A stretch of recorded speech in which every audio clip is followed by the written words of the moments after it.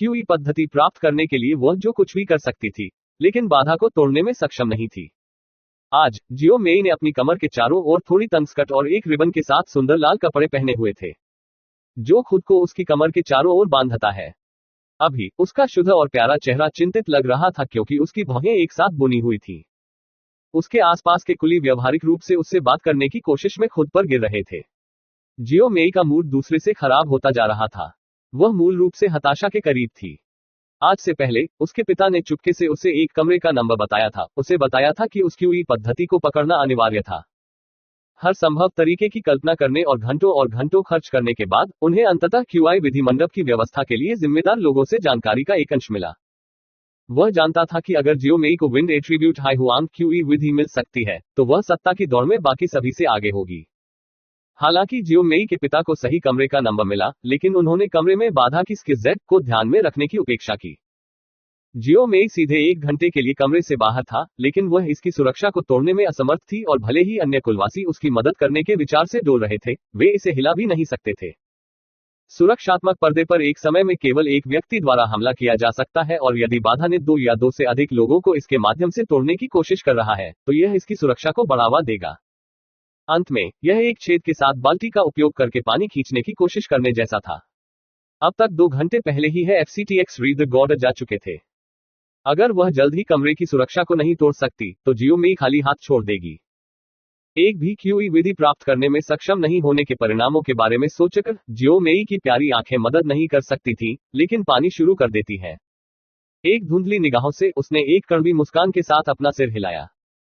चारों ओर देखते हुए उसकी खूबसूरत भौहें ऊपर उठ गईं जैसे उसने किसी परिचित को देखा। बहुत दूर नहीं एक काले कपड़े पहने युवक अपने दोनों हाथों को अपने सिर के पीछे पकड़े हुए था और उसके चेहरे पर एक शांत भाव था। जल्दी में उसके चेहरे पर पहुंचते हुए जियो मेई ने पहले ही हार मान ली थी, लेकिन जियो यान की उपस्थिति ने नई आशा लाई थी। उसके आंसुओं के किसी भी निशान को मिटाते हुए उसके दांत उसके लाल होठों में काटे हुए थे, क्योंकि वह इस उम्मीद में जियो यान के पास गई थी कि वह उसकी मदद करेगा। जियो मेई के आसपास के अन्य कुलों ने दिखने में उसके नए बदलाव को देखा और जियो यान को खोजने के लिए उसकी निगाहों का पीछा किया। उनकी कम बकबक धीरे धीरे कम हो गई, क्योंकि उनकी निगाहों में सम्मान का संकेत था। एक पल के लिए मूल रूप से शोर वाला रास्ता तुरंत चुप हो गया। यहां तक कि 1 दर्जन से कम या उससे कम जियो यान अभी भी उदासीनता की नजर से आगे बढ़ा। जियो मेई की ओर एक बगल में नजर डाले बिना जो उसके शब्दों को तैयार नहीं कर सकता था, वह उसके पास से गुजरा। थोड़ी देर बाद उसका सुंदर चेहरा आत्महरास से भर गया, क्योंकि उसने धीरे से अपना सिर हिलाया। पिछले 3 वर्षों से जियो यान के प्रति उसने जो रवैया दिखाया था, उसे याद करते हुए उसके अंदर जो गुस्सा उठा, वह जल्दी से फैल गया। हाँ, ये प्रतिशोध होना चाहिए। मैं वास्तव में एक घृणित व्यक्ति हूँ। आप जो बोते हैं वही काटते हैं। जियो मेई धीरे से जमीन पर बैठ गया। उसके कंधे थोड़े फड़क रहे थे, जैसे शांत मार्ग में एक दबी हुई रोना गूंज रहा था। जियाओ मेई को देखते हुए, जो एक परित्यक्त बिल्ली के बच्चे की तरह दिखती थी जब वह जमीन पर बैठी थी, आसपास के युवा कुलों ने सिर हिलाते हुए उदास होकर आह भरी। जियाओ मेई जमीन पर बैठते ही हल्के से रो पड़ी, लेकिन उसे अचानक माहौल में कुछ गड़बड़ महसूस हुई और उसने धीरे धीरे अपने रोते हुए चेहरे को केवल चौंका दिया। जो युवक दूर चल रहा था वह पीछे मुड़ गया था और अपने सिर के पीछे हाथों से जियो मेई की ओर धीरे धीरे चल रहा था। रास्ते से हट जाओ, जियो यान ने जियो पर नजर डालते हुए उदासीनता से कहा। मेई आह ओह। चौंका देने वाला जियो मेई तुरंत खुशी के साथ अपने सुंदर चेहरे पर लौट आया और एक आज्ञाकारी बच्चे की तरह उसने उसके लिए रास्ता बनाया। जो लोग मौजूद थे उनकी जिज्ञासु लेकिन आभारी निगाहों के नीचे जियो यान उस पर्दे के सामने खड़े थे जो दरवाजे की रखवाली करता था। अपनी हथेली बढ़ाकर लड़के ने हल्की सांस ली। सब चुप रहे। फिर अचानक गड़गड़ाहट की तरह वह चला गया। अपने शरीर को घुमाते हुए जियो यान ने अपना पैर उठाया और कोड़े की तरह आगे बढ़ गया। एक काका ध्वनि बनाते हुए यह आसपास की हवा में फट गई। बैंग। निर्मम किक बाधा पर उतरी, जिससे लहरें तेजी से उसके माध्यम से नाड़ी हो गई। अंत में यह सभी की स्तब्ध दृष्टि में टूट गया। जियाओ यान ने धीरे धीरे अपने पैर को जमीन पर गिराने से पहले उसका पैर हवा में कुछ देर के लिए हवा में रहा। अपनी गर्दन को थोड़ा घुमाते हुए वह दूर हो गया और फिर दूर जून एयर की ओर चल पड़ा। बियाओगे। धन्यवाद। मुझे क्षमा करें। जियो मेई ने डरपोक होकर उसके पास से गुजरते हुए जियो यान को धन्यवाद दिया। हाँ। जियो यान ने उस लड़की की ओर देखा जिसने अपना सारा अहंकार खो दिया था और अन्य कुलों की प्रशंसा करने वाली आंखों से गायब होने से पहले उसे थोड़ा सा सिर हिलाया। भारी दरवाजे के पास 10 से अधिक पहरेदार थे, उदासीन आंखें फाटक के सामने मजबूती से खड़े थे, इसे छोड़कर। गेट के एक कोने पर एक कुर्सी पर एक अलग दिखने वाला आदमी बैठा था। उनके हाथों में एक कलम और एक मोटी किताब थी। इस समय कई कबीले बूढ़े आदमी के सामने एक पंक्ति में खड़े हो गए। उनमें से प्रत्येक ने क्यूई विधि को उसके पास लाया था ताकि वे उस पर हस्ताक्षर कर सकें। ऐसा करने के बाद उन्होंने ध्यान से 10 या अधिक गार्डों की ठंडी निगाहों के नीचे मंडप छोड़ दिया। ये क्यूई विधि मंडप छोड़ने की प्रक्रिया थी। क्यूई विधि मंडप में प्रवेश करने से पहले जियोयान और बाकी सभी को प्रक्रिया के बारे में सूचित किया गया था, इसलिए ये कुछ अप्रत्याशित नहीं था। क्यूई विधि मंडप एक ऐसा स्थान था जहां कबीले के सभी क्यूई तरीके आयोजित किए गए थे। दर्जनों से अधिक पीढ़ियों के लिए कबीले द्वारा श्रमसाध्य रूप से हासिल किए गए तरीके। ये क्यूई विधियां जियो कबीले की नींव थीं। इस प्रकार कबीले में विधियों पर अत्यंत सुरक्षात्मक उपाय थे। कबीले के पास उनकी क्यूई विधि स्क्रॉल एक विशेष प्रकार के बांस से बनी थी। बांस को मां बेटे के रूप में परिभाषित किया जा सकता है। मां का हिस्सा हथेली के आकार का था, जबकि बेटे का हिस्सा 1 दर्जन मीटर जितना बड़ा हो सकेगा। चून की तकनीक स्क्रॉल इस विशेष सामग्री से बनाए गए थे। जब तक कि कबीले के प्रमुख को मां के हिस्से पर रखा गया था, कोई रास्ता नहीं था कि कोई भी स्क्रॉल के साथ चुपके से दूर जा सके। जिस क्षण एक ने एक बेटे की स्क्रॉल के साथ क्षेत्र छोड़ दिया, मदर स्क्रॉल सभी को सूचित करेगा। माता पिता का प्रभाव क्षेत्र सिर्फ पूरे जियो कबीले को कवर करने के लिए हुआ। इसलिए एक बार जब एक तकनीक स्क्रॉल जियो कबीले को छोड़ देती है, तो इसका पता चल जाता है। बेशक इस दुनिया में कुछ भी निरपेक्ष नहीं है। पर्याप्त शक्तिशाली क्यूई वाला व्यक्ति स्क्रॉल के बीच संबंध को जबरदस्ती नष्ट कर सकता है। हालांकि उस स्तर पर शक्ति के साथ कोई हुआंग स्तर की क्यूई विधियों को चुराने की जहमत क्यों उठाएगा। कुछ समय के लिए लाइन में इंतजार करने के बाद आखिरकार जियोयान की बारी थी। सामने की ओर चलते हुए उसने अपनी जेब से एक क्यूई पद्धति निकाली और बूढ़े को दे दी। जियोयान से गहरे लाल रंग का स्क्रॉल पाकर बूढ़े आदमी को थोड़ा हैरान कर दिया। उसकी आंखों ने जल्दी से लड़के का मूल्यांकन किया, क्योंकि उसने खुद को सोचा, ये जला हुआ लौ परिशोधन एक नौवीं डुआन क्यूई की शक्ति के साथ एक ढाल द्वारा संरक्षित था। ये छोटी बबुआ ये सोचने के लिए कि वह वास्तव में इसके माध्यम से प्राप्त कर सकता है। ऐसा लगता है कि उसके पास कुछ कौशल है। ये रिकॉर्ड करने के बाद कि जियोयान के पास वह स्क्रॉल था, बूढ़े आदमी ने उसे वापस कर दिया और उदासीनता से आगाह किया, मुझे लगता है कि आप नियमों को जानते हैं, है ना? स्क्रॉल कबीले को नहीं छोड़ सकता, अन्यथा गंभीर परिणाम होंगे। आपको 1 साल बाद स्क्रॉल वापस करना होगा। इससे कोई नुकसान नहीं होना चाहिए। लापरवाही से अपना सिर हिलाते हुए जियोयान बगल में चला गया। वह सामने के दरवाजे पर झुक गया और जून ईर के स्क्रॉल के रिकॉर्ड होने का इंतजार करने लगा। चमकती जियोयान एक हल्की मुस्कान। जून ईर ने अपनी बर्फ की सफेद कलाई को बढ़ाया और उसका स्क्रॉल निकाला। जून ईर को अपने सामने खड़ा देखकर बूढ़े आदमी के भावहीन चेहरे ने अचानक एक सम्मानजनक मुस्कान का संकेत दिया। स्क्रॉल प्राप्त करने के लिए दोनों हाथों का उपयोग करते हुए उसने जल्दी से स्क्रॉल के उधारकर्ता को रिकॉर्ड किया। बगल में खड़े होकर जियोयान ने अपने रवैये में बदलाव को देखकर बूढ़े पर अपनी आंखें सिकोड़ ली। जियोयान उंगलियों ने सहज रूप से थोड़ा घुमाया। चूंकि यह बूढ़ा व्यक्ति क्यूई पद्धति मंडप का प्रभारी था, इसलिए कबीले में उसकी स्थिति 3 बुजुर्गों में से एक के बराबर थी। जियोयान ने सुना था कि कबीले में इस बूढ़े आदमी का उपनाम ठंडे दिल वाले जियोहान। ये बूढ़ा आदमी, भले ही वह अपने ही पिता का हो, फिर भी विदेशी तरीके से बात करता था। एक पुराना भावहीन चेहरा, जैसे हाल ही में मृत की मांसपेशियां, कठोर मोटिस के साथ कठोर। इस ठंड का सामना करने वाले बूढ़े आदमी, जो कबीले के बुजुर्ग का भी सम्मान नहीं करते थे, जनर से पहले इतना सम्मानजनक काम कर रहे थे। इसने एक बार फिर जनर की पहचान में जियोयान की रुचि को जगाया। अपनी नाक रगड़ते हुए उसने सोचा कि कैसे हर बार जून ईर अपनी पहचान के बारे में चुप रहता है। अपना सिर उठाते हुए उसने देखा कि जून ईर उसके चेहरे पर मुस्कान के साथ आ रहा है। अपने कंधों के एक सिकुड़न के साथ वह उसके साथ चला गया सामने का दरवाजा। भीड़ भाड़ वाले प्रवेश द्वार से बाहर निकलते हुए जियोयान ने ताजी हवा में सांस ली। क्यूई विधि मंडप के अंदर का माहौल सामान्य रूप से सांस लेने के लिए बहुत अधिक दमनकारी था। क्या हुआ, यान ईर? एक आकृति के रूप में कम हंसी ने जियोयान का अभिवादन किया। क्यूई विधि मंडप के दरवाजे से देखते हुए आकृति ने मुस्कुराते हुए पूछा। अपने पिता की ओर मुस्कुराने के लिए अपना सिर झुकाते हुए जियोयान ने अपनी मुस्कान के साथ वापस सिर हिलाया। उसकी आस्तीन के अंदर से एक लाल स्क्रॉल निकला। मुझे मिल गया। लाल स्क्रॉल को देखकर जियोयान ने हवा का तेज सेवन किया। यह अच्छी बात है कि आप इसे प्राप्त करने में सक्षम थे, उसने धीमी आवाज में कहा। अपने पिता की अभिव्यक्ति को देखकर जियोयान मदद नहीं कर सका, लेकिन गर्व से दहाड़ता था, उसके साथ साथ हंसी भी। जियोयान के कंधे को ताली बजाने के लिए अपना हाथ बढ़ाते हुए जियोयान मुस्कुराया। अब जब आपके पास एक क्यूई विधि है, एक बार जब आप एक दूजे बन जाते हैं, तो आप असली के लिए 2 क्यूई का अभ्यास करने में सक्षम होंगे। जियो यान ने आज्ञाकारी रूप से सिर हिलाया क्योंकि उसने लाल स्क्रॉल को अपनी आस्तीन पर वापस लौटा दिया। वह मदद नहीं कर सकता था लेकिन धीरे से सोचता था, मुझे नहीं पता कि उस क्यूई पद्धति के बारे में क्या खास है। एक क्यूई विधि जो विकसित हो सकती है। क्या यह भी संभव है? यह एक तियान स्तर की क्यूई विधि से भी अजनबी है। याओ लाओ के अजीब लेकिन घमंडी शब्दों को याद करने की कोशिश कर रहा है। जियो यान ने कड़वी हंसी से सिर हिलाया। वह अपने जीवन में सबसे बेहतरीन क्यूई विधियों में से एक में आया था, एक सुनिरखी उच्च जुबान स्तर की क्यूई विधि, लो हेरफेर। सच कहूं तो जब उन्होंने इसे अस्वीकार कर दिया तो उनके पास एक आंतरिक संघर्ष था। आखिरकार उस कैलिबर के क्यूई तरीके न केवल महंगे थे बल्कि अत्यंत दुर्लभ थे। एक खुली हथेली से अपने माथे की मालिश करते हुए उसे जुन एर की दयालुता में गिरावट का पछतावा होने लगा था, लेकिन काम पहले ही हो चुका था, बहुत देर हो चुकी थी। जियो यान के पास इसके लिए फिर से जुन एर से पूछने का चेहरा नहीं था, इसलिए उसके पास प्रार्थना करने के अलावा कोई विकल्प नहीं था कि याओ लाओ उसके साथ नहीं खेल रहा था। अन्यथा वह सभी में से सबसे बड़ा हारने वाला होगा। ये केवल उच्च हुआन है, इसके बारे में कुछ खास नहीं है। भले ही वह सामान्य नहीं है, लेकिन क्यूई विधियों के उसके संग्रह की तुलना संभवतः मेरे साथ नहीं की जा सकती है। ठीक जब जियो यान प्रार्थना कर रहा था कि याओ लाओ ने धोखा नहीं दिया, याओ लाओ ने थोड़ा सा कुबड़ दिया और बोलना शुरू कर दिया। आखिरकार तुम कुछ कहते हो। अपने ही विचारों में आवाज सुनकर जियो यान ने अपनी नाक खुजाई।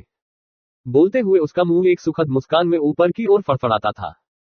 उसकी इतनी कुछ कहने की बात इतनी थी कि वह उस बूढ़े गीजर को कुछ शांत करने के लिए मजबूर कर सके। आई, आप छोटे बबुआ, मुझे धोखा देने की कोशिश कर रहे हैं। जियो यान के दिमाग के भीतर से एक प्रतिध्वनि निकली। याओ लाओ को यह नहीं पता था कि हंसना है या रोना है और इसके बजाय कहा, ब्रेट डू क्यूई का अभ्यास करते रहो। क्यूई तरीके आपके लिए चिंता करने के लिए कुछ नहीं है, मेरा जर्जर नहीं होगा। भविष्य में आपकी उपलब्धियां उस छोटी लड़की से कम नहीं होंगी। उसका कबीला ही है। भले ही जियो यान निराश था कि अंतिम वाक्य समझ से बाहर था, फिर भी उसने एक मुस्कान के साथ सिर हिलाया। उसे उसके प्रश्न का उत्तर दिया गया ताकि वह डू क्यूई का अभ्यास करने पर ध्यान केंद्रित कर सके ताकि वह डूजे बन सके। यह पहला कदम था जो उसे मजबूत बनने के लिए उससे आगे बढ़ना था और उसके लिए नालन यानरान को खोजने के लिए जो काफी समय से उसके दिमाग में थे। क्यूई विधि चयन के बाद पूरा कबीला सामान्य से बहुत अधिक खाली लग रहा था। युवा कुल जो 7 डुआंग क्यूई हासिल करने में असमर्थ थे, उन्हें कबीले के घर के बाहर विभिन्न कबीले व्यवसायों को सौंपा गया था, जहां वे व्यापार के अपने अपने तरीके सीखेंगे। कबीले के प्रतिभाशाली सदस्य, जिन्होंने सफलतापूर्वक एक क्यूआई पद्धति प्राप्त की थी, जितनी जल्दी हो सके अपने क्यूआई पद्धति कौशल को सीखने की उम्मीद में कठोर प्रशिक्षण में खुद को विसर्जित करना शुरू कर दिया। जैसे ही जलता हुआ सूरज आकाश में ऊंचा उठता गया, गर्मी की किरणों ने पृथ्वी को ओवन की तरह बेक कर दिया। गर्मी की लहरें जमीन से बाहर निकलती हैं, जिससे हवा में लहरें आती हैं, जिससे हवा विकृत और धुंधली हो जाती है।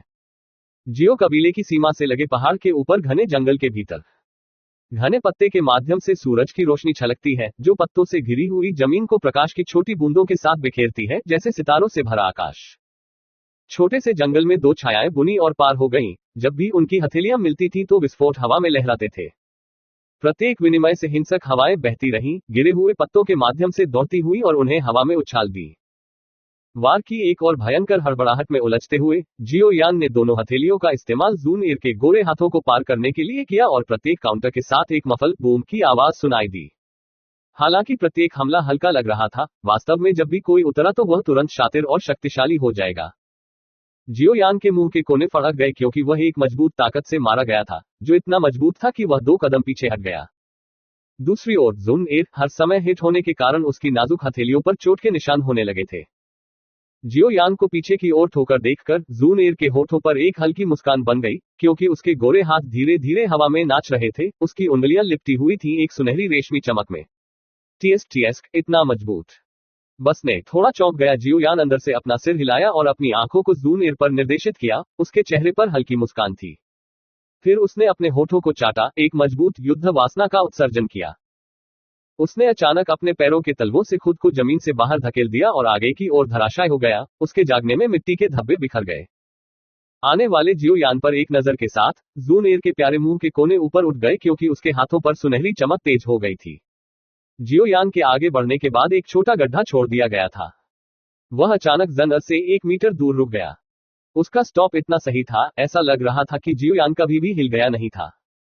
जियोयान को अपने आंदोलनों पर नियंत्रण की गहराई को देखकर जून एयर की शरद ऋतु की पानी की आंखें मदद नहीं कर सकती थी, लेकिन प्रशंसा की भावना को धोखा दे सकती थी। Octane blast. जैसे ही उसकी दौड़ती हुई आकृति अचानक रुक गई, उसका दाहिना पैर जमीन से हट गया जिससे उसका शरीर घूम गया। उसके हमले की ताकत बढ़ गई। शक्ति से भर गया उसका बायां पैर हवा के माध्यम से खड़ा हो गया, जिससे हवा का एक कान छिद गया। जमकर उसने जन अ पर अपना झटका दिया। जियोयान के भयंकर आने वाले हमले को देखकर जून एयर ने जवाब में अपनी उत्कृष्ट ठुड्डी को थोड़ा सिर हिलाया। उसके प्यारे हाथ प्रकाश की एक अजीब अर्धवृत्ताकार ढाल में बन गए जो बिना किसी हिचकिचाहट के जियोयान के बाएं पैर के खिलाफ पटक दिया। बैंग। टकराव से एक दबी हुई उछाल गूंजी जिससे जमीन पर पत्ते बिखरने से पहले आकाश में बह गए। एक क्षणिक टक्कर में लेग मुट्ठी से मिला और एक सेकंड बाद में दो आकृतियों को पीछे धकेल दिया गया। प्रहार की ताकत जियोयान के शरीर को 4 से 5 मीटर हवा में धकेलने के लिए पर्याप्त थी। जैसे ही उसका शरीर नीचे की ओर गिर गया, उसने अपने दाहिने हाथ को पास के एक पेड़ का सामना करने के लिए झुका दिया और गिरने के बल को नकारने के लिए एक चूषण बल का उत्सर्जन किया। एक पेड़ की टहनी से कूदते हुए वह लगातार जमीन पर उतरा। जन अ को देखने के लिए अपना सिर उठाते हुए, जिसे कुछ कदम पीछे धकेल दिया गया था, जियोयान ने अपने होठों को मारा और हंसते हुए पूछा, आपने क्या तकनीक का इस्तेमाल किया था? उच्च स्तरीय हु अनडू तकनीक, निगल की वापसी। जब महारत हासिल हो जाती है, तो ये प्रतिद्वंद्वी के हमले की ताकत को वापस करने में सक्षम होता है। मैं केवल शुरुआती स्तर पर हूं, इस प्रकार मैं केवल 10% शक्ति ही वापस कर सकता हूं। जवाब देते हुए जन अ मुस्कुराया।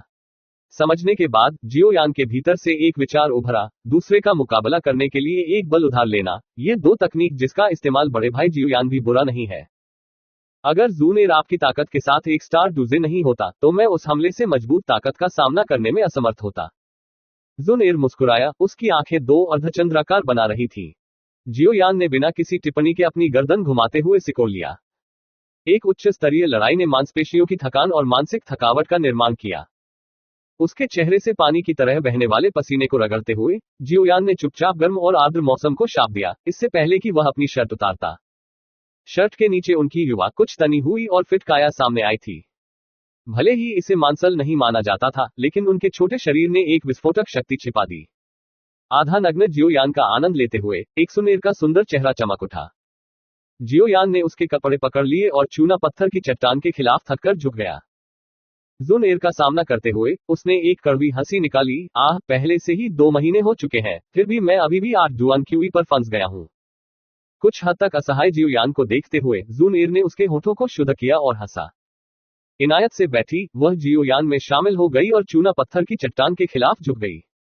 उसने अपने शरीर से पसीने को धीरे से सुखाने से पहले जियोयान से पसीने से भरे कपड़ों को पुनः प्राप्त किया। उसे सांत्वना देते हुए उसने कहा, 8वीं से 9वीं डुआन क्यूई अर्चन चरण की शुरुआत है। जियोयान गेगे को अधीर नहीं होना चाहिए। जब समय सही हो तो बस इतना ही करना चाहिए। ऊपर देखने पर उसने पाया कि जियोयान उसे घूर रहा है। लाल रंग की, उसने चंचलता से कहा, जियोयान गेगे, युवा युवती का कोमल और चंचल स्वर आर्द्र जंगल में एक ताजा हवा की तरह था। गर्म मौसम के कारण जन अ ने एक छोटा हल्का हरा एप्रन पहना था, जिसने उसके लंबे आकर्षक नैप के नीचे गोरी त्वचा का एक प्यारा पैच प्रदर्शित किया था। इसके अलावा युवा युवती के विकासशील मार्शमेलो उसके कपड़ों की तंग आकृति से प्रकट हुए, जिससे युवा शरीर में सुंदरता की भावना पैदा हो गई। इस तरह के एक खूबसूरत दृश्य का सामना करते हुए इसमें कोई आश्चर्य की बात नहीं थी कि जियोयान को थोड़ा अनुपस्थित महसूस हुआ। जन अ द्वारा अपने स्तब्धता से जागृत जियोयान का चेहरा थोड़ा चमक गया। एक शर्मिंदा हंसते हुए वह ठंडा चूना पत्थर पर लेट गया, धीरे धीरे अपनी आंखें बंद कर लिया, जिससे जून एयर के छोटे हाथों की जोड़ी उसके शरीर पर धीरे से रगड़ने लगी। उसके गुलाबी होठों के कोनों को थोड़ा ऊपर की ओर झुकाया गया क्योंकि जियाओयान के शरीर को पोंछने में मदद मिली। बिना मुड़े उसने चुपके से अपने शरीर पर एक नजर डाली, केवल चौंका देने के लिए कि अनजाने में वह सो गया था। बेबसी से अपना सिर हिलाते हुए जून एयर ने यह भी समझा कि आज की उच्च स्तरीय लड़ाई ने उसे थका दिया था। अपनी नाक को झुर्रीदार करते हुए उसने कपड़ों को नीचे रख दिया क्योंकि एक नर्म सुनहरी चमक उसकी उंगलियों पर इकट्ठा होने लगी। अनुत्तरदायी जियोयान पर एक और नजर डालते हुए जून एयर ने जियोयान की त्वचा पर एक उंगली रखी। गोल्डन लाइट ने उंगली के साथ रास्ते का अनुसरण किया और जियोयान के शरीर में रिस गया। जैसे ही सुनहरी रोशनी स्थानांतरित हो गई, पसीने के मोती जून एयर के माथे पर लुढ़कने लगे और उसे अपने दांतों को थोड़ा सा पीसते हुए देखा जा सकता था। जैसे ही वह स्थानांतरण जारी रखने के लिए तैयार हुई, उसके चेहरे पर एक हैरान करने वाला भाव कौंध गया। चूंकि वह चूना पत्थर के पास गहरी नींद में था, एक अथाह चूसने वाली शक्ति अचानक जियोयान के शरीर के भीतर से उत्पन्न हुई। डू क्यूई की लाइनें आसपास से इकट्ठी हो गईं और जल्दी से उसके शरीर में बहने लगी। ओह, क्या यह एक सफलता है? सदमे और विस्मय की एक हौंफना सुना जा सकता था क्योंकि जुनेर के छोटे से मुंह को के आकार में बन गया था और उसने चुपचाप जियोयान को देखा क्योंकि उसने अनजाने में डू क्यूई को अवशोषित कर लिया था। छोटे हरे भरे जंगल में सफेद द क्यूई के धागे हवा में बहते थे। जियोयान के शरीर द्वारा लगातार अवशोषित होते ही वह सो जाता था। जियोयान को देखते हुए, जो व्यावहारिक रूप से एक ऊर्जा सिंक बन गए थे, जन ने सुखद आश्चर्यचकित महसूस किया। चुपचाप उसके बीच कुछ दूरी रखते हुए, वह खामोश चौकसी में खड़ी हो गई और क्षेत्र की रखवाली कर दी। यदि जियोयान को अपने प्रशिक्षण मध्यस्थता की स्थिति से जगाया जाता है, तो वह दूसरे स्तर को आगे बढ़ाने का मौका खो देगा। जियोयान की उन्नति की सफलता लगभग निश्चित कही जा सकती है। जैसे ही डू क्यूई अवशोषित हो गई थी, जियोयान के चेहरे पर थकान के फीके निशान धीरे धीरे फीके पड़ गए। गर्म जैद के टुकड़े की तरह उसका नाजुक और सुंदर चेहरा एक पीली रोशनी से चमक रहा था। अगले 1 घंटे के लिए ये घटनाएं छोटे घने जंगल में चलती रहीं, जब तक कि अंत तक नहीं आ जाती। अंत में, जब the last wisp of do QE ने जियोयान में प्रवेश किया, तो छोटे जंगल ने अपनी मूल शांति को पुनः प्राप्त कर लिया। सूरज की जलती किरणें जंगल पर चमकती रहीं। भले ही जियोयान की आंखें कसकर बंद थीं, उसकी छाती उठी और चिकनी और स्थिर तरीके से गिर गई। जूनेर ये देखकर राहत की सांस ली, आराम किया और धीरे से हंसा। वह आखिरकार 9वीं डुआन क्यूई तक पहुंच गया है। हो सकता है कि आधे साल में जियोयान गेगे एक डू क्यूई साइक्लोन को संघनित करने में सक्षम हो और एक सच्चा डूजे बन जाए। उसके होठों पर एक हल्की फुल्की मुस्कान। जूनेर ने पास के चूना पत्थर पर छलांग लगा दी और एक क्रॉसलेग स्थिति में बैठ गया। उसके घुटनों पर कोहनी हथेलियां उसकी ठुड्डी को सहारा देती हैं, जबकि उसकी उंगलियां उसके गालों पर पड़ी होती हैं। वह जियोयान के जागने का इंतजार करती रहती है। आकाश धीरे धीरे शाम हो गया था जब जियोयान अंततः अपनी गहरी नींद से उठ गया। अपनी आंखें असमंजस में झपकाते हुए, जियोयान ने खाली देखा अपनी बुद्धि वापस पाने से पहले। अपना सिर उठाते हुए, उसकी दृष्टि डूबते सूरज की सुनहरी किरणों में पहने एक आकृति पर टिकी हुई थी। तरल पानी की तरह चमकीला और स्पष्ट, एक जोड़ी आंखें उससे मिली। वह मुस्कुराया। क्या जियोयान गेगे आखिरकार जाग रहा है? जन ने हाल ही में जागृत जियोयान से सवाल करते हुए एक प्यारी सी हंसी उड़ाई। सिर हिलाते हुए मुस्कुराते हुए जियोयान उठ गया। अपनी सुन्न गर्दन को घुमाते हुए, वह आलस्य से फैला। पीली पाला एक दूसरे के खिलाफ हड्डियों के टूटने की संतोषजनक आवाज एक शरीर से सुनी जा सकती है जिसने अभी अभी एक डुआन क्यूई उठाया था। एक सफलता प्राप्त करने की भावना से चकित, जियोयान ने फिर से अपना हाथ एक मुट्ठी में घुमाया। उसका जबड़ा थोड़ा ढीला हो गया और उसने अपना सिर झुका लिया। उसका चेहरा संदेह और अनिश्चितता के समान भागों से भरा हुआ था और उसने कहा, क्या मुझे लगता है कि 9 डुआन क्यूई तक पहुंच गया है? जियोयान की दिलचस्पी के रूप में एक दिलचस्पी के रूप में घूरते हुए जन हंसने लगा। जन की मंजूरी को देखकर जियोयान के होंठ एक मुस्कान में ऊपर की ओर मुड़े हुए थे।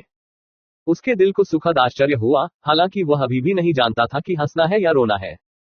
पिछली बार जब उसने सफलता हासिल की थी, तब वह सो रहा था। इस बार उन्होंने सोते समय एक और सफलता हासिल की। टूटने का यह तरीका थोड़ा हास्यास्पद था। तेजी से उत्तराधिकार में कई बार हवा में जोर से मुक्का मारना और कुछ घंटों पहले की तुलना में द क्यूई महसूस करना। जियोयान मदद नहीं कर सकता था लेकिन हंस सकता था। अपने सभी सुखद आश्चर्य को अपने दिमाग से निकालने के बाद, जियोयान को आखिरकार गंदे आकाश के रंग के बारे में पता चल गया। एक्सोनेर को एक क्षमाप्रार्थी मुस्कान देते हुए, वह जानता था कि वह इस पूरे समय उसका इंतजार कर रही थी। अपने कपड़े वापस पहनते समय, उसने जूनेर के साथ चुटकुले सुनाना शुरू कर दिया। नहीं जा रहा है? आज का दिन अच्छा है तो आप वुतांग शहर में जी को अपने अच्छे भोजन के लिए क्यों नहीं जाने देते? टीएल जी इक्वल्स भाई और जी इक्वल्स भाई XI मुझे सबसे महंगा भोजन चाहिए तो। उसने एक प्रकाश के साथ जवाब दिया, खुद की हंसी। थोड़ी देर के लिए चूना पत्थर पर टिपटोइंग करते हुए, वह जियोयान के बगल में नीचे गिर गई। एक फीकी घंटी हंसते हुए हरे जंगल में बिखर गई। अपने अभी भी कुछ उत्साहित पैरों को वापस अपने कमरे में खींचते हुए, जियोयान अपने बिस्तर पर जोर से नीचे गिर गया और अपनी रजाई को गले लगा लिया। अपने लिए एक नर्म बड़बड़ाहट के साथ उन्होंने कहा, मैं आखिरकार एक बार फिर एक डूजे बनने जा रहा हूं। अरे, ये सफलता आपने अभी अभी प्रबंधित की है। यह उस छोटी लड़की के कारण था। कमरे के बीच से अचानक एक बूढ़े की हंसी आ गई। एक ही पलक उठाते हुए, जियोयान ने याओ लाओ को आलस्य से देखा और अपनी भौहों को सहलाया। इससे क्या लेना देना है? उसके पास निश्चित रूप से एक हिस्सा था, अन्यथा आपको अपने आप में सफलता के लिए 1 सप्ताह का समय लगता। याओ लाओ का पारदर्शी शरीर एक कुर्सी पर बैठ गया। उसका आकस्मिक स्वर पूरे कमरे में बज रहा था। अनिच्छा से अपने कंधों को सिकोड़ते हुए, जियोयान ने अपना सिर वापस अपनी रजाई में फेंक दिया। अभी मैं पहले से ही नोड 1 पर हूँ, अगर मैं एक डूजे बनना चाहता हूँ तो मुझे डर है कि मुझे एक और आधा साल लग जाएगा। ये कहने के बाद वह क्षण भर के लिए रुक गया और अपनी रजाई फेंक दी। उनका पहले से केंद्रित चेहरा उदास हो गया था। उनकी आवाज अब एक ठंडे स्वर का खुलासा कर रही है। 1 साल पहले ही बीत चुका है और फिर भी मैं अभी भी एक सितारा नहीं हूँ। अगर चीजें इस दर पर चलती रहती हैं, मुझे डर है कि मैं 3 साल में नालन यानरान को नहीं पकड़ पाऊंगा। यह सुनकर याओ लाओ ने उसकी ओर देखने के लिए आंख उठाई लेकिन चुप रहा। नालन यानरान को मिस्टी क्लाउड के अगले गुट नेता का गुट बनने के लिए प्रशिक्षित किया जा रहा है। उनकी प्रतिभा को बिल्कुल भी कम नहीं कहा जा सकता है और मिस्टी क्लाउड का गुट भी काफी मजबूत है। उनके पास दुर्जय भी है। बेशक ये कहना कि वह कैंडी की तरह क्यूई इकट्ठा करने वाली गोलियां खा पाएगा कुछ हद तक घमंडी दावा था। हालांकि पर्याप्त सामग्री के साथ याओ लाओ के कौशल को देखते हुए जियोयान को दसियों क्यूई इकट्ठा करने की गोलियां परिष्कृत करने में मदद करना कोई समस्या नहीं थी। हालांकि याओ लाओ के सभी घमंडी दावों के बावजूद जियो याओ के पास कोई उत्साह महसूस करने का समय नहीं था। याओ लाओ द्वारा कही गई प्रत्येक आवश्यक सामग्री के साथ जियोयान मदद नहीं कर सकता था, लेकिन महसूस करता था कि उसका दिल नीचे और नीचे डूब गया है। कल मेरे लिए 4-50 साल पुराने इनकी लीफ कमल के फूल तैयार करें, 2 पके सांप के जहर के फल, 20 साल पुरानी आत्मा का एक बंडल घास और एक रैंक 2 पानी की विशेषता जादू का पत्थर। याओ लाओ की उदासीन आवाज आए और जब उसने जियो को देखा यान का कठोर और दूर का रूप, वह मदद नहीं कर सका लेकिन चौंक गया। क्या बात है, 50 साल पुराना इनकी लीफ फ्लोट्स। उस उम्र के फूल 3000 सोने के सिक्कों में बेचे जाते हैं और यह सिर्फ एक फूल के लिए है। पके सांप का जहर फल, इसे शीर्ष निम्न ग्रेड कीमिया सामग्री में से एक माना जाता है, यहां तक कि फार्मेसियों में भी उन्हें नहीं ले जाया जाता है। ये सरासर भाग्य के माध्यम से होना चाहिए यदि कोई कभी एक प्राप्त करता है और कम से कम 8000 सोने के सिक्के सिर्फ एक खरीदने के लिए आवश्यक होंगे। और 20 साल की आत्मा घास इकट्ठा करती है। प्रिय भगवान, मैंने केवल एक बार नीलामी में दिखाई देने वाली इस वस्तु के बारे में सुना है और शुरुआती कीमत 10,500 सोने की थी। यहां तक कि rank 2 water attribute magic stone सभी सामग्रियों में सबसे सस्ता, कम से कम 2000 सोने के टुकड़ों की आवश्यकता होगी। जियोयान ने अपने पसीने से तर भौं को पोंछ दिया और दर्द से कराहते हुए कहा, अकेले इन सामग्रियों की कीमत मुझे लगभग 50,000 होगी। दुनिया में मुझे इतनी बड़ी रकम कहां से मिलेगी? एह। जियोयान को चिल्लाते हुए सुनने पर याओ लाओ ने बस अपनी आंखें घुमाई और अपने कंधों को मजाक करते हुए कहा, उन सामग्रियों को प्राप्त करना आपकी समस्या है। इसका मुझसे कोई लेना देना नहीं है। मैं केवल सामग्री को परिष्कृत करने का प्रभारी रहूंगा। धिक्कार है। हर चीज की कीमत बहुत अधिक होने वाली है। अगर मैं वास्तव में कैंडी की तरह क्यूई पाउडर इकट्ठा करने जा रहा हूं, तो मुझे डर है कि यहां तक कि जियो कबीले की संपत्ति लागत को कवर करने में असमर्थ होगी। खुद को डांटते हुए जियोयान ने उस हरे कार्ड पर उंगली उठाई जिसे उसने तकिए के नीचे छिपाया था, कुछ अफसोस के साथ। असहाय रूप से उन्होंने कहा, मेरे पास नीम अमृत बेचने से केवल 10,000 सोना बचा है, जो आपकी जरूरत की सामग्री खरीदने के लिए पर्याप्त नहीं है। याओ लाओ एक कुर्सी पर आराम से बैठे हुए हंसे। यह दिखाना कि सामग्री प्राप्त करने का मामला उसके लिए कोई चिंता का विषय नहीं था। अपना सिर गूंथते हुए जियोयान दर्द में मुस्कुराया क्योंकि उसने अपने विचार की रेखा जारी रखी। सबसे पहले मैं इस पैसे का उपयोग नीम के अमृत के लिए सामग्री खरीदने के लिए करूंगा। फिर मैं उसे नीलामी घर में बेचूंगा। अन्यथा मुझे कभी भी पर्याप्त धन नहीं मिलेगा। याओ लाओ ने एक स्मॉक सिर हिलाया। उसके लिए नीम के अमृत के रूप में निम्न श्रेणी के किसी चीज को परिष्कृत करना कुछ भी कठिन नहीं था। एक छोटी सी सांस छोड़ते हुए जियोयान वापस अपने बिस्तर पर फ्लॉप हो गया और हंसा, गरीब होना बेहद कष्टप्रद है। नीम अमृत के लिए आवश्यक। बाद में जियोयान ने एक अलग क्षेत्र में एक सराय की खोज की और प्रवेश किया। क्योंकि वह अन्य लोगों के उपयोग के लिए अमृत बेच रहा होगा, वह याओ लाओ को बिना किसी देखभाल के सामग्री को एक साथ मिला सकता है। तो पिछली बार की तरह जियोयान ने सबसे सस्ती और सबसे कम गुणवत्ता वाली सामग्री खरीदी। क्योंकि उसे पैसे की सख्त जरूरत थी, जियोयान ने 7 फाउंडेशन एलिक्सिर बनाने के लिए पर्याप्त सामग्री खरीदी, जिसने पैसे के ग्रीन कार्ड को पूरी तरह से खत्म कर दिया था। सामग्री को परिष्कृत करने के लिए याओ लाओ की प्रतीक्षा करते हुए जियोयान ने अपने हाथों के चारों ओर ग्रीन कार्ड करना शुरू कर दिया। बिना सोचे समझे अपना सिर हिलाते हुए जियोयान को पता चला कि वह एक बार फिर अपने मूल गरीबी से त्रस्त राज्य में लौट आया है। इस बार याओ लाओ ने सभी को बनाने के लिए एक पूरा घंटा बिताया था। फाउंडेशन अमृत 7 सफेद जैड बोतलों में से प्रत्येक को मेज पर बड़े करीने से व्यवस्थित करते हुए जियोयान मदद नहीं कर सकता था, लेकिन व्यापक रूप से मुस्कुराता था।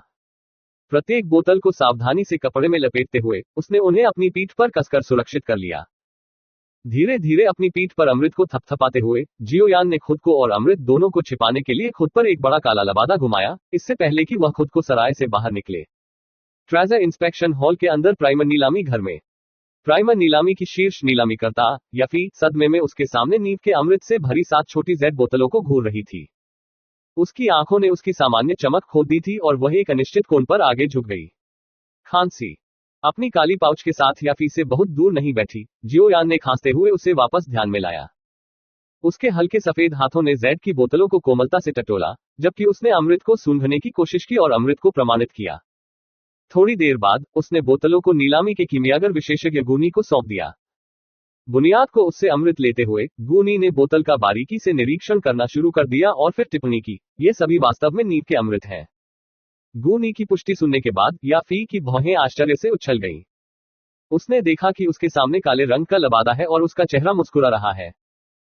सबसे अधिक अपील करते हुए उसने कहा, मैंने आधे साल बाद नहीं सोचा था चाचा हमारे लिए इतना बड़ा व्यवसाय लाएंगे। अमृतक कब बेचा जाएगा? याओ लाओ की आवाज के साथ आलसी आकृति ने पूछा। क्या चाचा को तुरंत पैसे की जरूरत है? यदि आप इतने व्यस्त नहीं हैं, तो मेरा सुझाव है कि 1 या 2 दिन प्रतीक्षा करें। फाउंडेशन एलिक्सिर की 7 बोतलें एक ही समय में शायद ही कभी बाजार में आती हैं। यदि आप नीलामी घर को इसे प्रचारित करने देंगे तो आपका मुनाफा निश्चित रूप से बहुत अधिक होगा, या फिर उसके विचार का सुझाव देते हुए मीठी मुस्कान दी। ये सुनकर लिपटी हुई आकृति क्षण भर के लिए चुप हो गई और बस एक के लिए पल पुष्टि में एक हल्की कराह सुनाई दी। उसकी प्रतिक्रिया सुनकर याफी का मुस्कुराता हुआ चेहरा 1 सेकंड के लिए फिसल गया।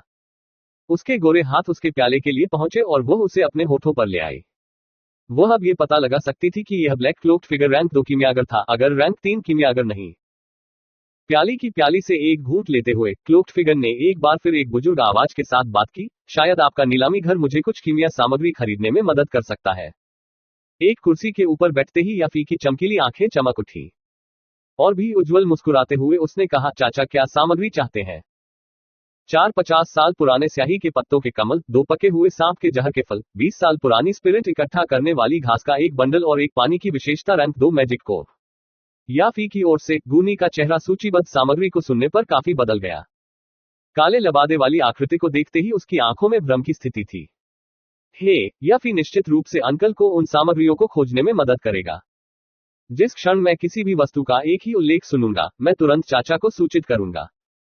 लेकिन मुझे आश्चर्य है कि चाचा कहाँ रहते हैं। हम कैसे संपर्क में रहेंगे? जैसे ही याफी ने पूछा, उसने गूनी की ओर देखा और उसके चेहरे पर सदमा लगा हुआ देखा। यह देखकर कि उसके दिल ने एक हिंसक छलांग लगाई, लेकिन उसने अपने चेहरे पर आश्चर्य नहीं दिखाया। मुझसे संपर्क करने की कोशिश करने की कोई जरूरत नहीं है। यदि कोई सामग्री दिखाई देती है तो नींव के अमृत से लागत घटाएं। मैं फिर से दौरा करूंगा। काले लबादे के नीचे एक अजीब आवाज सुनाई दी। मेरे पास इसमें शामिल होने के लिए अन्य मामले भी हैं जिन्हें स्थगित नहीं किया जा सकता है। मैं 2 दिनों में वापस आऊंगा। इसके साथ ही लबादा आदमी खड़ा हो गया और नीलामी घर से बाहर चला गया। जैसे ही वह कोने में घूमता है, उसे गायब होते देख याफी की आंखें सिकुड़ गईं। क्या उसके द्वारा मांगी गई सामग्री में कुछ गड़बड़ थी? गूनी शू। गूनी ने सिर हिलाया और फूट फूट कर हंसने से पहले सांस छोड़ी। अगर मैं सही याद रखें कि क्यूई गैदरिंग पाउडर को परिष्कृत करने और बनाने के लिए ये सामग्री है। याफी का चेहरा ये सुनने के तुरंत बाद बदल गया कि क्या क्यूई गैदरिंग पाउडर बनाने का प्रयास करने से पहले किसी को रैंक 4 कीमियागर नहीं होना चाहिए? अपना सिर हिलाते हुए गूनी ने कहा, ऐसा प्रतीत होता है। हालांकि जियामा साम्राज्य के भीतर 20 से अधिक रैंक 4 कीमियागर नहीं है। ऐसा कैसे हुआ कि हमने इस रहस्यमयी लबादे वाले व्यक्ति के बारे में पहले कभी नहीं सुना? याफी ने धीरे से अपना सिर हिलाया, उसकी आंखें जिज्ञासा से भर रही थीं। एक रैंक 4 कीमियागर प्राइमर नीलामी घर की जानकारी प्रसारित करने की क्षमता को देखते हुए कोई मदद नहीं कर सकता, लेकिन यह स्वीकार करता है कि यह बेहद प्रभावी था। यह मुश्किल से एक दिन था जब जियोयान ने अपनी नींव के अमृत को नीलामी घर को सौंप दिया था, और फिर भी वुटान सिटी में लगभग हर प्रभावशाली कबीले ने पहले ही इस खबर को एक बड़ी गड़बड़ी का कारण सुना था। इस नीलामी और आखिरी के बीच केवल एक चीज अलग थी, वह थी शो का स्टार। पिछली नीलामी में उच्च स्तरीय हुआन डू तकनीक का प्रदर्शन किया गया था, एक ऐसा टुकड़ा जो किसी भी दिन एक आसमानी कीमत प्राप्त करेगा। इस वजह से केवल प्रमुख शक्तियों के पास बोली लगाने की योग्यता थी, कम रैंक वाले केवल लालसा में ही देख सकते थे। लेकिन कई लोगों के लिए नींव अमृत एक अधिक यथार्थवादी लक्ष्य था। अपने बच्चों को जितनी जल्दी हो सके डूजे बनने में मदद करने के लिए विभिन्न कुलों के कई बुजुर्ग फाउंडेशन एलिक्सिर जैसी लाभप्रद वस्तुओं पर काफी खर्च करने को तैयार थे। फाउंडेशन का शब्द अमृत के शब्द वुटान अबूस को उत्साह के साथ भेजने के लिए पर्याप्त फैल गया था, यहाँ तक कि जियोयान अपने कबीले के भीतर गहराई से एकांत में खबर की हवा पकड़ी। अशुद्ध नींव की मात्र 7 बोतलों पर हंगामा देखकर अमृत ने हालांकि चौंक कर देखा। जियोयान इस महाद्वीप पर गोलियों के अद्वितीय आकर्षण की पुष्टि करने में सक्षम होने के लिए आभारी थे। दूसरे दिन जियो कबीले को प्राइमर नीलामी घर से भी निमंत्रण मिला। सबसे अधिक संभावना है क्योंकि जियो जहान ने पहले एक फाउंडेशन एलिक्सिर खरीदा था। कबीले के कई बुजुर्गों को नींव के अमृत की उपस्थिति में दिलचस्पी थी, विशेष रूप से वे जिनके अभी भी बच्चे थे जिन्हें अभी तक डुजेस के स्तर को हासिल करना था। जियोयान ने मूल रूप से दोपहर में चुपके से बाहर निकलने की योजना बनाई थी, लेकिन उसकी योजना के सफल होने से पहले जियोजान के एक दूत द्वारा उसे रोक दिया गया था। जियोयान के पास दूत के पीछे चलने और कबीले के प्रवेश द्वार की ओर चलने के अलावा कोई विकल्प नहीं था। प्रवेश द्वार पर जियोयान ने न केवल जियोजान बल्कि कई भी पाए वहां इकट्ठे हुए बुजुर्ग उत्साह से भरे हुए थे। जियोयान के पास आराम से आने वाले जियोयान को खोजने के लिए अपना सिर उठाते हुए एक मुस्कुराते हुए जियोजान ने जियोयान से अपने हाथ के इशारे के साथ आगे आने का आग्रह किया। जियोयान ने अपने पिता को उसे देखकर एक आह भरी। जैसे ही वह आगे बढ़ा, उसकी नजर जियोजान के बगल में 2 आकृतियों पर पड़ी और उसकी भौहें देखते ही रह गईं। दिली डेलिंग, बिल्कुल एक महिला की तरह, जियोयू ने भौहें जियोयान को ताना मारा। उसे एक राजकुमारी के लिए पूरे दिन इंतजार करने के लिए कहा गया था, इसके लिए वह थोड़ा नाराज थी। क्या आप वाकई अपने अंतिम संस्कार में इतनी जल्दी में हैं? जियोयान ने तथ्यात्मक तरीके से खंडन किया। जियोयू ने गुस्से में अपने दांत पीस लिए, लगभग एक दांत काट दिया। पीएफ्ट। भीड़ के भीतर एक युवा युवती की मजाकिया हंसी चांदी की घंटी की तरह सुनाई दी। अपने सिर को झुकाते हुए जियोयान ने भीड़ के बीच में जुनेर को खड़ा देखा। उस पर अपने कंधे उचकाते हुए वह वापस मुस्कुराया। क्या आप भी नीलामी घर जा रहे हैं? कबीले मैदान के भीतर रहना वास्तव में उबाऊ है। मैं किसी भी समय चारों ओर देख सकता हूं। जुनेर ने जियोयान के पक्ष में खड़े होने के लिए भीड़ के माध्यम से अपना रास्ता निचोड़ा। चलते चलते उसकी खूबसूरत हंसी उसके पीछे गूंज रही थी। वैसे भी आपके लिए क्या है, सिवाय इसके कि ठीक है। वास्तव में केवल कुछ नींव अमृत। जो कुछ भी आपके काम का नहीं होगा वह आपके लिए होगा। जियोयान ने अपने चेहरे पर सुखद मुस्कान के साथ पूछा। आप अभी भी बात करने की हिम्मत करते हैं? यदि यह उन नींव के अमृत के लिए नहीं होता तो आप मेरे स्तर के पास कहीं नहीं होते। जियोनिंग ने कड़वाहट से जवाब दिया। उसके पैर अभी भी थोड़े अस्थिर थे क्योंकि वह हाल ही में पूरी तरह से ठीक हो गया था। वह 2 महीने पहले जियोयान के साथ हुई लड़ाई से ठीक हो गया था, लेकिन अब जब उसने देखा कि 2 लोग एक दूसरे के इतने करीब खड़े हो रहे हैं, तो उसके गाल ईर्ष्या से लाल हो गए हैं। यह ऐसा था जैसे वह उस सबक के बाद जियोयान ने उसे जो सबक सिखाया वह भूल गया। आप अभी भी लड़ाई के लिए खुजली कर रहे हैं? उसे देखने के लिए अपना सिर उठाते हुए जियोयान की अभिव्यक्ति खतरनाक रूप से स्पष्ट नहीं थी। कोई नहीं बता सकता था कि वह मुस्कुरा रहा था या नहीं। आप। जियोनिंग का क्रोध उसकी मुट्ठी की जकड़न के साथ साथ बढ़ा, लेकिन धीरे धीरे उसकी मुट्ठी आराम से और अपनी मूल स्थिति में लौट आए। एक उपहास के साथ उन्होंने अनुसरण किया। अपने आप पर इतना गर्व न करें। हालांकि आप उस समय मुझे घायल करने में कामयाब रहे, फिर भी मुझे अनुभव के लिए आपको धन्यवाद देना होगा। अगर यह उपचार की इस अवधि के लिए नहीं होता तो मैं नॉर्डुआन क्यूई के करीब भी नहीं पहुंच पाता। अधिक से अधिक 7 दिनों के भीतर मैं नॉर्डुआन की सफलता प्राप्त कर पाऊंगा। उसके बाद हम देखेंगे कि कौन फिर से लड़ना चाहता है और कौन विजेता होगा। जियोनिंग को सुनकर आसपास के कुछ पुराने कुलवासी मदद नहीं कर सके, लेकिन उनके दावे पर चकित दिखे। आसपास का पहला बड़ा भी अपने चेहरे से गर्व के सुखद रूप को नहीं छिपा सका। वास्तव में उनके इस पोते ने उन्हें विस्मित करना कभी नहीं छोड़ा।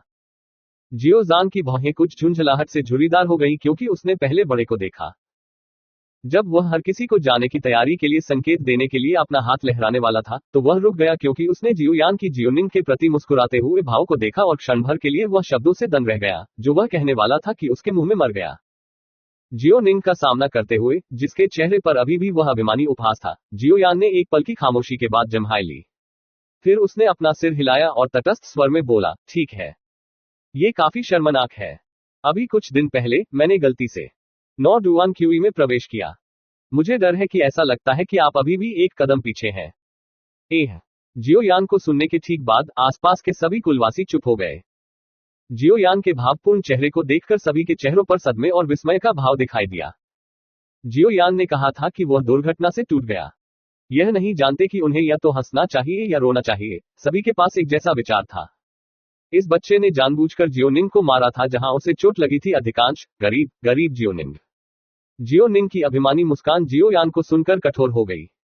उसका मुंह धीरे धीरे फड़कने लगा और उसका गला कांपने लगा। जियोयान पर एक अटूट घूरने के साथ जो कुछ समय तक चला, जियोनिंग ने आखिरकार एक उदास नजर के साथ पीछे हट गया। उसने सोचा था कि वह अपनी अपेक्षित सफलता के साथ कुछ चेहरा हासिल कर सकता है, लेकिन किसने सोचा होगा कि उसे और भी चौंकाने वाला बयान मिला है। जेड जैसे हाथों ने जियोयान को जियोयान पर उग्र रूप से देखा, जैसे कि जियोयान में छेद जलाने की कोशिश कर रहा था। हैरानी की बात यह है कि उसने उसका मजाक उड़ाने के लिए कुछ नहीं कहा, केवल खुद के बारे में सोच रही थी। ये छोटी कमीने ट्रेन कैसे है? केवल 2 महीने ही हुए थे, वह 9वीं डुआन कैसे हासिल कर सकता था? भले ही उनके बीच खराब खून था, जियो यू अभी भी जियोयान की तेजी से प्रगति पर दिमाग से उड़ा था। हाँ, जियोजान से हंसी का एक झोंका गरज रहा था, उसकी पिछली झुंझलाहट दूर हो रही थी क्योंकि उसने अपने कुलों के आश्चर्यचकित चेहरों को देखा था। पहले एल्डर की ओर एक नजर डालते हुए वह मुस्कुराया और कहा, चलो चलें, नीलामी शुरू होने वाली है, कोई और देरी और हम अपना मौका चूक जाएंगे। बड़ों को मुख्य दरवाजे से बाहर निकलते हुए देखकर जियोजान मदद नहीं कर सकता था, लेकिन अपने बेटे के बालों को खुशी खुशी घुमाता था। उसने जियोयान की खुशी के स्वर में प्रशंसा की, बुरा नहीं, तुमने अपने पिता को फिर से गर्व किया है। वह बूढ़ा फोगी, पहला बड़ा, चलता रहा और इस बारे में चलता रहा कि उसके पोते ने कितनी प्रतिभा तब तक की जब तक कि मैं लगभग जलन में खुद को मारने का मन नहीं कर रहा था। वह स्पष्ट रूप से चाहता है कि कबीला अपने पोते के लिए नीम अमृत की एक बोतल में निवेश करे। इस तरह झाड़ी के चारों ओर पिटाई, क्या एक सुपर कष्टप्रद पुराना सस्ता स्केट है। अपने बालों में गड़बड़ी के साथ जियोयान ने एक मुस्कान के लिए मजबूर किया। मुख्य दरवाजे से एक कदम बाहर निकालते हुए उसने मासूमियत से अपने हाथ फैलाए क्योंकि उसने अनिच्छा से जवाब दिया, मूल रूप से मैं इसे प्रकट नहीं करना चाहता था, लेकिन उसे बस मेरा हाथ जबरदस्ती करना पड़ा। दरवाजे से कुछ दूरी पर जियोयान के शब्द सुनकर जियोनिंग का उसका दिल उदासी और अवसाद से भारी हो जाने के कारण मुंह कांप उठा। प्राइमर नीलामी घर के लिए आज निश्चित रूप से पिछले आधे साल में सबसे व्यस्त दिन था। विशाल रिसेप्शन लाउंज के अंदर बहुत से लोग बकबक कर रहे थे और आगे बढ़ रहे थे, जिससे जियोयान के समूह के सिर में पूरे शोर से चोट लग गई। यह ऐसा था जैसे एक बड़ा भिनभिनाने वाला कीट उनके कानों में इधर उधर उड़ रहा हो और नहीं निकलेगा। भीड़ को इतनी घनी तरह से एक साथ देखकर कि एक चींटी भी नहीं जा सकी, जियोजहान ने असहाय होकर अपना सिर हिलाया। नीलामी घर के सुरक्षा गार्डों के लिए वीआईपी प्रवेश द्वार के माध्यम से अपने समूह को एस्कॉर्ट करने में मदद करना सबसे अच्छा होगा। यह अंदर जाने का सबसे अच्छा तरीका होगा। नीलामी घर के अंदर हालांकि लोगों की संख्या निश्चित रूप से बहुत कम नहीं थी, बाहर के लाउंज की तुलना में यह अपेक्षाकृत शांतिपूर्ण था। जियोजान ने चहल पहल वाली मंजिल के चारों ओर देखा क्योंकि वह जियोयान और कुछ अन्य कबीले सदस्यों के साथ अपनी सीट खोजने के लिए लापरवाही से चल रहा था। किनारे की सीटों में से एक पर बैठे जियोयान ने दुनिया की परवाह किए बिना अपनी कुर्सी पर वापस झुकते हुए एक ऊब अभिव्यक्ति के साथ हॉल के चारों ओर देखा। बड़ी बहन, एक और आधे साल में जियानान अकादमी की नामांकन अवधि सही शुरू होगी। जियोयान इत्मीनान से बैठे थे और लगभग सो गए जब उनके कानों ने सवाल उठाया कि जियोनिंग ने पूछा था। उस विशेष नाम का उल्लेख करने से उनकी भौहें थोड़ी दिलचस्पी लेने लगी। जियानान अकादमी, डू क्यूई मुख्य भूमि में एक प्रसिद्ध डू क्यूई अकादमी, एक ऐसी ताकत से लैस थी जो आम आदमी की कल्पना से बेतहाशा अधिक है। ऐसा कहा जाता है कि जियानान अकादमी में शिक्षक बनने के लिए दोषी स्तर के बारे में होना चाहिए। और यहां तक कि प्रसिद्ध मिस्टी क्लाउड गुड भी जियानान अकादमी की ताकत से मेल नहीं खा सकता है। डू क्यूई मुख्य भूमि में अकादमियां कुलों से कुछ अलग है। यदि कोई एक कबीले में शामिल हो जाता है तो उसे न केवल कबीले द्वारा प्रतिबंधित किया जाएगा, बल्कि उसे अपनी हर कार्रवाई को भी देखना होगा क्योंकि यह कबीले पर वापस प्रतिबिंबित होगा। एक अकादमी अलग थी क्योंकि स्नातक स्तर की पढ़ाई के बाद सभी संबंध कट जाएंगे। भले ही ऐसा कहा जाए, मनुष्य असंवेदनशील जानवर नहीं है। अकादमी जैसे हाथीदांत टॉवर में छात्र आसानी से अकादमी से जुड़ जाते हैं। स्नातक होने के बाद ये फीकी भावनाएं कारण बन जाएंगी कि स्नातक अपनी क्षमताओं के अनुसार अकादमी का समर्थन करने के लिए तैयार है। हो सकता है कि एक व्यक्ति की मदद से कोई फर्क न पड़े, लेकिन अगर हजारों या हजारों लोग मदद कर रहे हों तो ये काफी डरावनी ताकत होगी। और यही हर अकादमी का उद्देश्य था। एक अकादमी में दाखिला लेना भी डू तकनीक और क्यूई विधियों को प्राप्त करने में सबसे अच्छा शॉर्टकट था। जियानान के स्तर पर एक अकादमी में यदि किसी का प्रदर्शन तारकीय था, तो वह एक शिक्षक की नजर में आ सकता है, जो उच्च स्तरीय क्यूआई विधियों और डू तकनीकों के लिए दरवाजे खोल देगा।